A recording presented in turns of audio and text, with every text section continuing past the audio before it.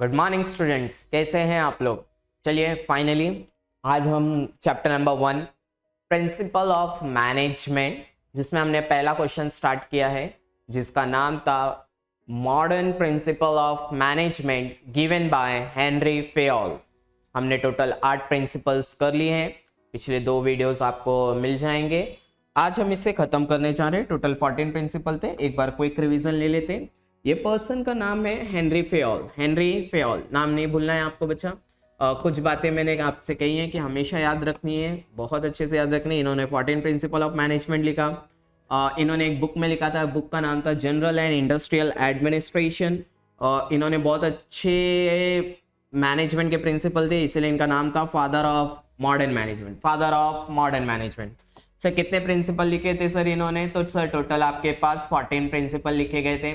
Division of work था, मतलब काम को बांटने की बात हो रही थी। अथॉरिटी एंड रिस्पॉन्सिबिलिटी, मतलब अथॉरिटी दे रहे तो साथ में रिस्पॉन्सिबिलिटी, दोनों साइड बाय साइड चलना चाहिए।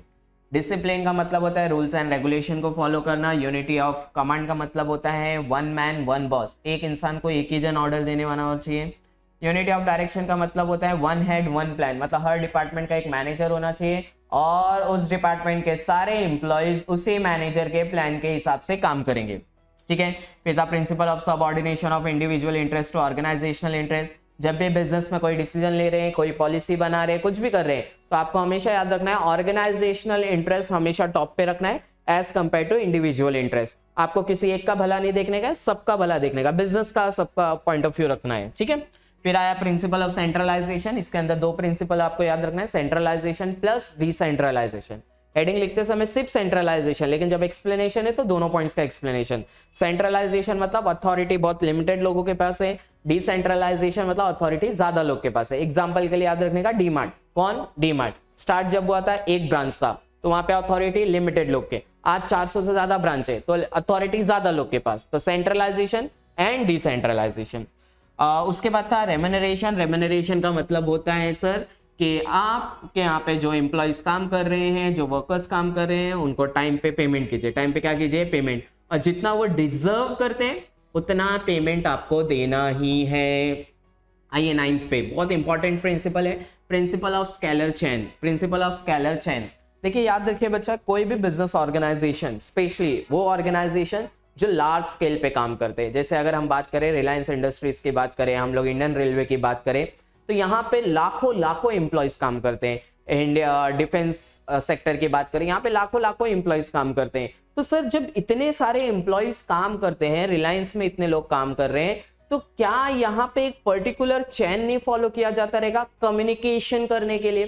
क्या ऐसा होता रहेगा कि कोई भी पर्सन, कोई भी वर्कर उठ के जाके डायरेक्ट मैनेजर से बात कर ले रहा है, कोई भी वर्कर उठ के जाके कंपनी के ओनर से बात कर ले रहा है? सर नहीं पॉसिबल है सर, क्योंकि लाखों एम्प्लॉयज है। तो इसका एक प्रॉपर चैन बना के दिया हमारे हेनरी फेयोल सर ने, अथॉरिटी के हिसाब से। किसके हिसाब से? अथॉरिटी, कि भाई टॉप मोस्ट जो अथॉरिटी, टॉप लेवल की अथॉरिटी, वो मिडिल लेवल से बात करेगी। मिडिल लेवल वाली जो अथॉरिटी है वो लोअर लेवल से बात करेगी। लोअर लेवल को कुछ तकलीफ है, वो जाके मिडिल लेवल से बात करेगी। मिडिल लेवल को कुछ तकलीफ है, वो जाके टॉप लेवल से बात करेगी। मतलब एक प्रॉपर चैन बना के गए हैं। तो इसको अगर एग्जांपल से हम लोग समझने का ट्राई करें, तो यहाँ पे बोला गया है कि कंपनी का कोई भी जो जनरल मैनेजर होता है, कौन सा मैनेजर? जनरल, वो जाके रिस्पेक्टिव जो भी फंक्शनल मैनेजर होते हैं, फंक्शनल मैनेजर मतलब प्रोडक्शन डिपार्टमेंट का मैनेजर अलग, आपके परचेज डिपार्टमेंट का मैनेजर अलग, पैकेजिंग डिपार्टमेंट का मैनेजर अलग, मार्केटिंग डिपार्टमेंट का मैनेजर अलग। तो जो भी कंपनी का जनरल मैनेजर जो सबको ध्यान रखता है, वो जाके फंक्शनल मैनेजर्स को ऑर्डर देगा। वो फंक्शनल मैनेजर ऑर्डर जाके किसको देगा सर? सुपरवाइजर्स को देगा। और सुपरवाइजर्स किसको जाके ऑर्डर देंगे सर? फोरमैन को। सर ये फोरमैन क्या होते हैं? आने वाले इसमें लेक्चर में हम लोग पढ़ेंगे सर। फोरमैन टोटल 8 तरह के फोरमैन होते हैं, वो भी हम सीखेंगे। मतलब एक यहाँ पे एक चैन बनाया गया है कि जनरल मैनेजर फंक्शनल मैनेजर को ऑर्डर देगा, फंक्शनल मैनेजर जाके सुपरवाइजर को ऑर्डर देगा, और सुपरवाइजर जाके फोरमैन को ऑर्डर करेगा। ये होता है कम्युनिकेशन का चैन। कम्युनिकेशन का चैन, इसी चीज को दिखाने के लिए अगर आपने ध्यान दिया तो यहाँ पे देखिए एक तरह का आपको चैन बना के दे दिया गया है सर, कि कोई तो पर्सन डी है, कोई तो सी है, कोई तो बी है, कोई फिर ए है, फिर ई है, एफ है, जी है। डी को कुछ प्रॉब्लम है, वो जाके सी से बात कर रहा है, सी बी से बात कर रहा है, बी ए से बात कर रहा है, ए ई से बात कर रहा है, ई एफ से बात कर रहा है, एफ जाके जी से बात कर रहा है। मतलब एक चैन फॉलो किया गया है। आपके ये डेली लाइफ का एग्जांपल लेके चलते हैं। आप कॉलेज में है बच्चा, इतने बड़े कॉलेज में आप जा रहे हैं बच्चा, मुझे बताओ, ईमानदारी से बताओ, आपको कोई भी तकलीफ हुआ कॉलेज में, किसी भी सिस्टम से तकलीफ हुआ, आप क्या डायरेक्ट प्रिंसिपल ऑफिस में घुस जाते हैं? नहीं सर, आप पहले अपने क्लास टीचर से बात करते हैं कि मैम ये प्रॉब्लम्स हो रही है, हमें ये इवेंट करने का प्लान चल रहा है, ये फंक्शन करने का प्लान कर रहे हैं। आप डायरेक्ट प्रिंसिपल ऑफिस में नहीं जाते, मतलब एक चेन फॉलो किया जाता है सर, समझ में आए? इसी को बोलते हैं स्केलर चेन। क्या बोलते हैं? Scalar chain. लेकिन बच्चों ये भी याद रखो, इस स्केलर चेन में अच्छा खासा टाइम जाता है, इसको बोलते हैं टाइम कंज्यूमिंग प्रोसेस, क्योंकि सर डी जाके सी से बात करेगा, सी बी से, ये यहां तक पहुंचने में टाइम लग जाएगा। तो अगर हेनरी फ्योल सर ने बोला अगर कोई इमरजेंसी सिचुएशन है, हाँ ये वर्ड याद रखिए, इमरजेंसी सिचुएशन, तब जाके अलाउड किया क्या है कि डी डायरेक्ट जी से बात कर सकता है, उसको ये स्केलर चेन फॉलो करने की जरूरत नहीं है। तो आपने स्केलर चेन तोड़ दिया, तो उसके लिए एक नया वर्ड उन्होंने दिया, हेनरी फ्योल सर ने, मेरे साथ बोलेंगे आप लोग, वो वर्ड है गैंग प्लैंक। बोलो क्या है? Gang plank. अगर आप कम्युनिकेशन का चेन फॉलो कर रहे हैं मतलब आप स्केलर चेन फॉलो कर रहे हैं। अगर आपने इमरजेंसी सिचुएशन में डायरेक्टली वो चेन ब्रेक कर दिया तो उसको स्केलर चेन ना बोल के क्या बोलेंगे? जल्दी बोलिए, गैंग प्लैंक। बोलो क्या बोलेंगे? Gang Planck. गैंग प्लैंक, इसी को कहते हैं स्केलर चेन वाला प्रिंसिपल। चलिए ये भी हो गया सर, चलिए आगे चलते हैं हम लोग। अगला प्रिंसिपल हमारा पॉइंट नंबर 10 बोलता है, बहुत ही प्यारा प्रिंसिपल है, इसे कहते हैं principle of order. Principle of order, किस चीज का ऑर्डर? हम लोग रेस्टोरेंट में गए, वो ऑर्डर वाला कि जज साहब बैठ के जो ऑर्डर करते हैं, नहीं सर, वो ऑर्डर की बात नहीं हो रही। यहाँ पे ये लाइन आपको याद रखनी, बहुत प्यारी लाइन है। क्या लिखा है? A place for everything and everything in its place. क्या बोला सर? नहीं समझा, दो बार बोलोगे स्टेटमेंट तो याद होगा। बोलो, a place for everything and everything in its place. याद हो गया? फिर से एक बार बोलो, a place for everything and everything in its place. क्या मतलब है सर इसका? सर इसका मतलब ये है हर चीज का एक स्पेसिफिक जगह होना चाहिए, स्पेसिफिक प्लेस होना चाहिए, स्पेसिफिक प्लेस होना चाहिए, और हर चीज अपने जगह पे होनी चाहिए। सर कुछ नहीं समझा, क्या बोलने का ट्राई किया आप? कुछ नहीं समझा। एग्जांपल हम ये प्रिंसिपल ऑफ ऑर्डर ना अपने डेली लाइफ में भी यूज करते हैं। जैसे एग्जांपल से मेरे को बताओ, आप किचन में जब जाते हो तो किचन में किचन के सामान दिखते हैं आपको? यस सर, नो बच्चों? हाँ सर, बरोबर दिखते हैं। आप जब फ्रिज ओपन करके देखते हो तो फ्रिज में रखने वाले सामान दिखते हैं? यस और नो बच्चा? हाँ सर, बरोबर आपने कहा। सर वॉशरूम के सामान वॉशरूम में ही अच्छे लगते हैं सर? यस और नो बच्चा? अब मुझे बताओ, कभी ऐसा आपने किया, कभी आपने ऐसा किया कि सर आपने किचन का सामान उठा के सारा बेडरूम में लाके रख दिया? सर देखो, करके देखो, एक बार पता चलेगा क्या हरकत किया जाता है। सर आपने कभी ऐसा किया, कपड़ा इस्त्री किया, मस्त अच्छे से कपड़ा इस्त्री करने के बाद धो के आ गया, कपड़ा इस्त्री किया, इस्त्री करने के बाद आपने वो सारा उठा के फ्रिज में डाल दिया? करके देखो एक बार, देखो मम्मी बताएगी तुमको कैसे हरकत किया जाता है। तो सर ये होता है principle of order. Principle of order कि हर चीज का एक प्लेस होता है और हर चीज अपने प्लेस पे ही होनी चाहिए। ये बात याद रहेगी आपको। जैसे कि आप अपने कॉलेज के लाइब्रेरी में चले जाए तो लाइब्रेरी से क्या समझ में आता है कि वहां पे सर बहुत सारी बुक्स होंगी, ये कॉमन सेंस की बात है। सर आपको कॉमन सेंस होना चाहिए। सर अगर साइंस लैब की बात हो रही है तो वहां पे साइंस लैब मतलब एक्सपेरिमेंट करने वाली चीजें रखी रहेंगे। मतलब हर चीज का एक जगह बता के रखा गया और हर चीज अपने जगह पे होनी चाहिए। इसको बोलते हैं principle of order. Principle of order. अच्छा मेरे को बताओ, चप्पल देखा, चप्पल कहां पहनते हैं? सर पैर में पहनते। कभी सर पे पहना है क्या? कभी हाथ में पहना है क्या? नहीं सर, कैसा पहनेगा सर? क्यों नहीं पहना सर? क्योंकि हर चीज का एक ऑर्डर है। बोलो क्या है? ऑर्डर। चश्मा लगाया कभी? चश्मा हाँ सर लगाया। कभी वो चश्मा पैर में पहना क्या? घुटनों में पहना क्या? नहीं पहना सर। क्यों? क्योंकि हर चीज का एक प्लेस है, हर चीज का एक क्या है? प्लेस। तो ये याद रखिएगा बच्चा, इसको बोलते हैं principle of order. Principle of order. अगर ये चीज आपके बिजनेस में फॉलो हो रही है तो आपका बिजनेस बहुत अच्छा चलता है। ठीक है, चलिए उसके बाद बहुत ही प्यारा principle, one of the important principle जो हेनरी फ्योल सर ने दिया, इसका नाम है principle of equity. Principle of equity. Equity मतलब सबको इक्वल ट्रीटमेंट देना, किसी के साथ कोई डिस्क्रिमिनेशन नहीं होना चाहिए। अगर आप किसी के साथ डिस्क्रिमिनेशन कर रहे हो तो बहुत गलत बात है सर। जैसे कि आप डिस्क्रिमिनेशन कौन से बेसिस पे कर सकते हैं? सर जेंडर के बेसिस पे कर सकते हैं। हो सकता है मेल एम्प्लॉयज को आप ज्यादा वैल्यू कर रहे हो as compare to girls employ. आप ये बोले गर्ल्स है, ये लोग तो कमजोर होता है, ये लोग तो वीक पर्सन है, ये गलत बात है सर। आप इस तरह की चीजें नहीं कर सकते। आप सर और कलर के बेसिस पे आप कर सकते हैं कि भाई ये तो बहुत गोरा इंसान है, अरे ये तो कलुआ है, ये नहीं कर सकते सर। आपको इस तरह का डिस्क्रिमिनेशन करना अलाउड नहीं, आपको इक्वल ट्रीटमेंट करना है। आप इस तरह से नहीं कर सकते, अच्छा ये महाराष्ट्र का है, ओहो इसको मैं ज्यादा वैल्यू करेगा, अच्छा ये आउटसाइड स्टेट का है, इसको मैं कम वैल्यू करेगा, ये गलत बात है सर। अच्छा तू तो मेरे बाजू में पड़ोस में रहता है, तेरे को मैं कम काम देगा, अच्छा तेरे से तो मेरी दुश्मनी है, मैं तेरे को ज्यादा काम देगा, इस तरह का डिस्क्रिमिनेशन करना अलाउड ही नहीं है। इक्विटी, सबको इक्वल ट्रीटमेंट करने का है, ये याद रखना है। सैलरी अगर दोनों सेम पोस्ट पे हैं सर, दोनों की सैलरी सेम होनी चाहिए, याद रहेगी ये बात। आप किसी को ज्यादा काम डिस्ट्रीब्यूट कर रहे हो तो ऐसा नहीं किसी को ज्यादा काम दे दिया, किसी को कम काम कर दिया, सबके बीच में इक्वल ट्रीटमेंट। क्योंकि जब तक आप इक्वल ट्रीटमेंट करेंगे नहीं, तब तक आपके जो एम्प्लॉयज हैं वो सही से काम नहीं करेंगे। क्योंकि जहां एम्प्लॉयज को ये फील हुआ कि मेरे साथ डिस्क्रिमिनेशन किया जा रहा है, मेरे साथ भेदभाव किया जा रहा है, तो उसका जो मोरल है वो डाउन हो जाता है, उसका जो मोटिवेशन करने का काम है वो डाउन हो जाता है, और वो कभी भी आपके लिए ईमानदारी से काम नहीं करेगा, मजबूरी में काम करेगा आपके लिए। तो आपको याद रखना है, एज अ मैनेजर सबके साथ इक्वल ट्रीटमेंट करना है। कैसा ट्रीटमेंट करना है? इक्वल, ये बात आपको याद रखनी है, ठीक है। ये इक्विटी वाला प्रिंसिपल काफी अच्छा प्रिंसिपल बनाया था हमारे हेनरी पेयोल सर ने। चलिए नेक्स्ट प्रिंसिपल पे अगर हम लोग बात करें, क्या प्यारा प्रिंसिपल बनाया sir, point number 12, principle of stability of tenure. Stability of tenure sir, stability of tenure को क्या मतलब हुआ? सिंपल वर्ड्स में समझो, जॉब सिक्योरिटी। क्या समझा? Job security. जॉब सिक्योरिटी का मतलब ये होता है कि आपके यहाँ पे जो एम्प्लॉयज काम कर रहे हैं उनके दिमाग में ये चीज फिट करना कि आप हमारे कंपनी के इंपॉर्टेंट पार्ट है, इंपॉर्टेंट एसेट है, आप ईमानदारी से काम कीजिए, हम आपको काम से निकालने वाले नहीं हैं अगर आप ईमानदारी से काम करते हैं। ये अगर आपने माइंडसेट एम्प्लॉय को दिया तो एम्प्लॉय बहुत ही ईमानदारी के साथ आपकी कंपनी में काम करेगा। लेकिन अगर आपने फर्स्ट डे ही उसको ये बता दिया है, उसके दिमाग में ये बात डाल दी है कि हम आपको जब मन करेगा तब काम से निकाल देंगे, तो वो एम्प्लॉय आपके लिए कभी भी ईमानदारी के साथ काम नहीं करेगा। क्यों? क्योंकि उसके दिमाग में आपने डर बिठा दिया कि भाई मेरा कंपनी कभी भी मेरे को लात मार के बाहर निकाल सकता है। ये जॉब सिक्योरिटी पे हिट करना हो जाता है। और आज के टाइम पे कोई भी पर्सन, कोई भी एम्प्लॉय ये चाहता है कि वो जिस कंपनी में है वहां पे उसे जॉब सिक्योरिटी मिले। ऐसा ना हो कि कंपनी का जब मन किया उन्होंने उनको अपॉइंट कर दिया और कंपनी का जब मन किया उसको निकाल दिया।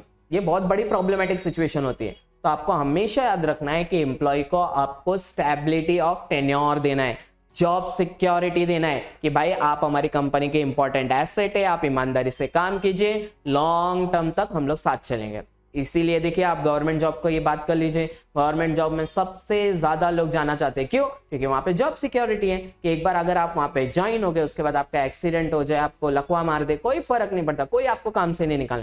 लेकिन प्राइवेट सेक्टर की कंपनीज में कुछ भी हो सकता है सर, याद रखिए ये बात। चलिए नेक्स्ट वाले पॉइंट पे हम लोग चलते हैं। बहुत ही प्यारा प्रिंसिपल बनाया गया था। प्रिंसिपल का नाम है प्रिंसिपल ऑफ इनिशिएटिव। बोले प्रिंसिपल का नाम क्या है? Principle of initiative. पहले इसकी स्पेलिंग अच्छे से याद कीजिए बच्चों, अच्छे से याद कीजिए। सर प्रिंसिपल ऑफ इनिशिएटिव का मतलब होता है कि एम्प्लॉयज को आप इस बात के लिए मोटिवेट कीजिए कि आप नए नए आइडिया के साथ आइए और जो काम आप कर रहे हो वो इनोवेटिव वे में कीजिए। कौन से वे में कीजिए? जल्दी बोलो। इनोवेटिव वे में आप नए नए आइडियाज को लेकर आइए, और अगर आपको मैनेजर को वो आइडियाज पसंद आ रहे हैं तो वो आइडिया को एग्जीक्यूट भी कीजिए, और अगर कंपनी को उससे कुछ फायदा हो जाता है तो कंपनी के कुछ प्रॉफिट में से हिस्सा उस एम्प्लॉय को भी दे दो, ताकि वो मोटिवेटेड फील करे, नेक्स्ट टाइम वो नए आइडियाज के साथ आए। एग्जाम्पल सोचिए, कोई पर्सन आके, मैं लेक्चर ले लिया, लेक्चर आने के बाद मैं ऑफिस में बैठा हुआ था, कोई स्टूडेंट मेरे पास आया, उसने बोला कि सर आपने आज जो प्रिंसिपल्स पढ़ाए उसमें जो आपने एग्जाम्पल दिए उसमें अगर आपने ये एग्जाम्पल दिया होता तो बच्चों को ज्यादा अच्छा लगता। तो देखो बच्चों, यहाँ पे दो ऑप्शन है मेरे पास रिप्लाई करने के। पहला ऑप्शन कि मैं बोलूं ठीक है बच्चा, very good, I am so proud of you, और मैं नेक्स्ट लेक्चर में आऊं और सारे बच्चों के बीच में मैं वो एग्जाम्पल प्रेजेंट करूं जो स्टूडेंट ने मुझे बताया था, और सारे बच्चों को वो एग्जाम्पल बहुत अच्छा लगे, और मैं बाद में बोलूं कि बच्चों ये एग्जाम्पल ये सो एंड सो पर्सन ने मुझे बताया था, सब लोग इसके लिए जोरदार गालियां नहीं, तालियां बजाइए। तो मुझे बताइए वो पर्सन कितना प्राउड फील करेगा कि सर ने सबके बीच में मेरी बहुत तारीफ की, सर ने मुझे इज्जत दिया, रिस्पेक्ट दिया। ये पहला ऑप्शन है। अच्छा, दूसरा ऑप्शन क्या है मेरे पास? दूसरा ऑप्शन ये है कि अगर वो ऑफिस में आके बोलता है कि सर आपने ये जो पढ़ाया इसके लिए ये एग्जाम्पल देना चाहिए था, और मैं उसको बोलूं बहुत बड़ा शाना इंसान है रे तो, हाँ, और शाना बन रहा तो, हाँ, हम लोग 8 साल से इधर का घास छिल रहे, आलू छिल रहे हम लोग, तो मैं हम लोग को समझाएगा। अगर मुझे बताइए ईमानदारी से बच्चा, अगर इस तरह का रिप्लाई उसको दिया जाए तो मुझे बताइए क्या नेक्स्ट टाइम से वो बच्चा कभी भी कुछ बोलेगा? उसके दिमाग में कुछ भी आइडिया है तो क्या मुझे बताएगा, उल्टा वो जब भी मुझे देखेगा ना बैठ के बोले सर मेरे को ऐसे बोलते रहे, मतलब कुछ ना कुछ ऐसा करता रहेगा। और दूसरे बच्चे भी डिमोटिवेटेड हो जाएंगे कि सर के सामने कुछ बोलना नहीं है, भाई सर तो बहुत खड़ूस है, एक नंबर के, हम लोग के आइडियाज को बिल्कुल रिस्पेक्ट नहीं करते। वही बात हेनरी फेयल सर ने कहा कि आपको इनिशिएटिव करना है, मतलब लोगों को मोटिवेट करना है कि नए नए आइडियाज लेके आओ, इनोवेटिव वे में काम करो और उसको वेलकम करो, ठीक है। और लास्ट प्रिंसिपल जो हमारे लिए बनता है वो क्या प्रिंसिपल बनाएगा सर, नाम आपको थोड़ा अजीब लगेगा लेकिन बहुत प्यारा प्रिंसिपल है सर। प्रिंसिपल 14 आपके लिए बन गया है और प्रिंसिपल 14 है स्प्रेड द कॉर्प्स, इसको बोलते हैं टीम वर्क। याद रखिए बच्चा, हेनरी फेयल सर ने कहा कि आपके कंपनी में जितने भी लोग काम कर रहे हैं वो टीम में काम करने चाहिए, मिलके काम करने चाहिए, यूनिटी में काम करने चाहिए, क्योंकि हमने बचपन से सीखा union is strength, unity is strength, एकता में शक्ति होती है, ये हमने बचपन से सुना है। क्यों सुना है सर? क्योंकि सच में ये रियलिटी है। अगर आप टीम में काम करेगा तो बहुत मजा आएगा। जैसे एग्जांपल, कल के दिन मेरा किसी के साथ झगड़ा हो जाता है और झगड़ा होने के बाद मैं उसको ऐसे ऐसे मार रहा, सोचो कितना गंदा लगेगा बच्चे। लेकिन अगर मैं उसको इस तरह से मारेगा तो मेरे को बताओ यूनिटी आया कि नहीं आया, यूनियन बना कि नहीं बना? इसको बोलते टीम वर्क। तो कंपनी में जितने एम्प्लॉइज काम कर रहे हैं, जितने डिपार्टमेंट काम कर रहे हैं, सबको मिलके काम करना है। एक डिपार्टमेंट भी सही से काम नहीं किया तो आपकी ऑर्गेनाइजेशन की वाट लगने वाली है सर। 6 सब्जेक्ट है आपको सर, ओसीएम है, बीके है, इको है, मैथ्स है, कितने सारे सब्जेक्ट है। अगर एक सब्जेक्ट के भी टीचर सही से ना पढ़ाए तो बहुत प्रॉब्लम हो जाएगा सर। इसी को बोलते हैं सर टीम वर्क। क्या बोलते हैं? Team work. मिलके काम करना है। उसके लिए कैसे काम करेंगे सर? लो मैनेजर की जिम्मेदारी है कि सारे जितने एम्प्लॉइज है, सारे जितने वर्कर है, सबको एक साथ लेके चले, उनके बीच में किसी भी तरह का वो भेदभाव ना करे, तभी टीम वर्क होने वाला है। अभी आईपीएल चल रहा है बच्चों, आईपीएल में देखो मुंबई इंडियंस खेल रही है, सीएसके खेल रही है, जीतेगी वही टीम जिसका टीम वर्क बेस्ट रहेगा। जो टीम में खेलता है वही बेस्ट रहता है। अगर झगड़ा चल रहा है 2 प्लेयर के बीच में, वो टीम कभी नहीं जीतने वाली, हारने ही वाली है वो टीम। याद रहेगा, स्प्रेड दी कॉर्प्स। तो टोटल बोलो कितने प्रिंसिपल सीखे अपन ने सर? 14 प्रिंसिपल सीखे। याद रखो बच्चा, आज का बोनस पॉइंट लेक्चर वो क्वेश्चन नंबर 1 हमने खत्म कर दिया। इंपॉर्टेंट क्वेश्चन है, याद रखना ये बात को। इंपॉर्टेंट ये है बच्चों कि आज हम लोग एक स्टोरी के साथ चल रहे, एक बिजनेस स्टोरी है। ये आज स्टोरी टाइम है हमारे लिए, ठीक है। तो आज की हमारी बिजनेस स्टोरी डिपेंड करती है कि सर एक बिजनेसमैन है, बिजनेसमैन का एक फिश एक्वेरियम का बिजनेस है। बीएफ की बात नहीं हो रही है बच्चों, फिश जहां पे बिकता है वहां की बात हो रही है सर। तो प्रॉब्लम ये है सर कि ये फिश वाले के पास अगर कोई भी पर्सन खरीदने आता है ना, दोबारा उसके पास नहीं आ रहा है खरीदने के लिए। क्वालिटी अच्छी है, सब कुछ ठीक ठाक सब चल रहा है, लेकिन कोई दोबारा खरीदने नहीं आ रहा है।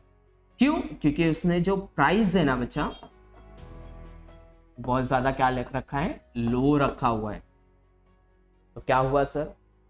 लगातार लो प्राइस रखने की वजह से लोगों का एक माइंडसेट जाता है कि भाई ये लो प्राइस रखा है, ये क्या ही एक्वेरियम बेचता रहेगा, क्या ही क्वालिटी का बेचता रहेगा, चीप क्वालिटी समझना चालू कर देते। तो लोग आना बंद हो गए। जब कस्टमर आना बंद हो गए तो इसने और प्राइस में डिस्काउंट देना चालू कर दिया, जिससे प्राइस और लो हो गया, और लोग जो भी आ रहे थे वो लोग भी आना बंद कर दिए। तो ये जो बिजनेसमैन है, इसका बिजनेस लॉस में जाना चालू हो गया। और जब लॉस में इसका बिजनेस जाना चालू हुआ बच्चों, तो प्रॉब्लम यही हुआ कि लॉस में बिजनेस जाने के वजह से अब बिजनेस बंद करने की बात वक्त आ गया। एक दिन अचानक से एक बहुत ही फेमस बिजनेसमैन आता है इसके स्टोर में, बोलता है कि मुझे मेरे बंगले के लिए इतना बड़ा फिश टैंक चाहिए।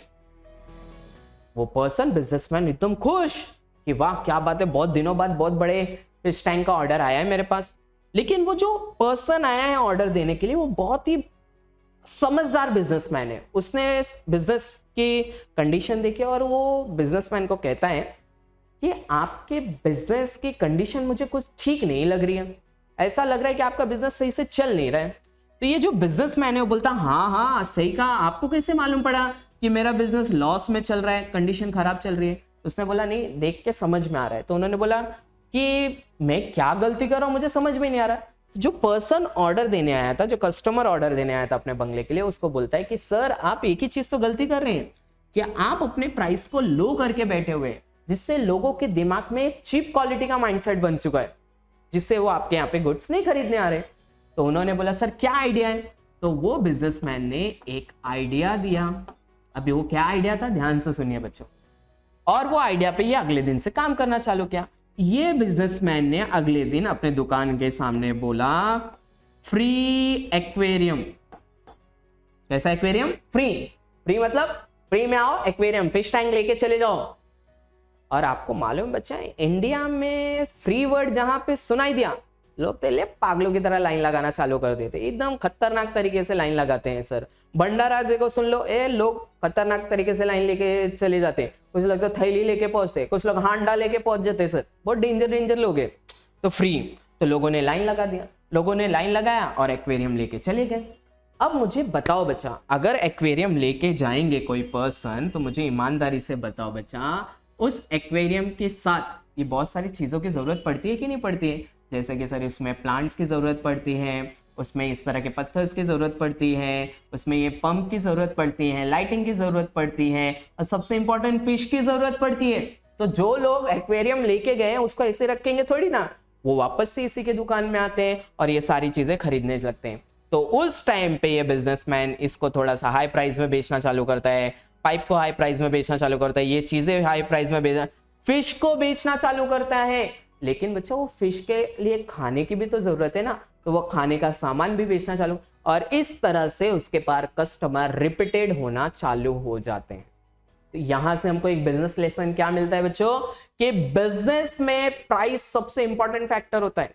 ज्यादा हाई प्राइस भी कस्टमर को ट्रिगर कर देता है, ज्यादा लो प्राइस तो कस्टमर को चीप क्वालिटी में बोल देता है। तो आपको सोच समझ के अपने गुड्स का प्राइस रखना है और इस तरह की स्ट्रेटेजी अप्लाई करनी है कि आपके पास कस्टमर रिपीटेड होना चाहिए, बार बार आपके पास कस्टमर आना चाहिए। ठीक है बच्चों, आपको अगर इसके नोट्स चाहिए तो आपको फटाफट डिस्क्रिप्शन में ग्रुप का लिंक मिल जाएगा, फटाफट वहां से ज्वाइन हो जाइए, आपको नोट्स, हैंड रिटन नोट्स मिल जाएंगे। इसी तरह से हम लोग अगले लेक्चर में एक नए प्रिंसिपल के साथ चलेंगे, जिसे कहते हैं साइंटिफिक प्रिंसिपल्स ऑफ मैनेजमेंट।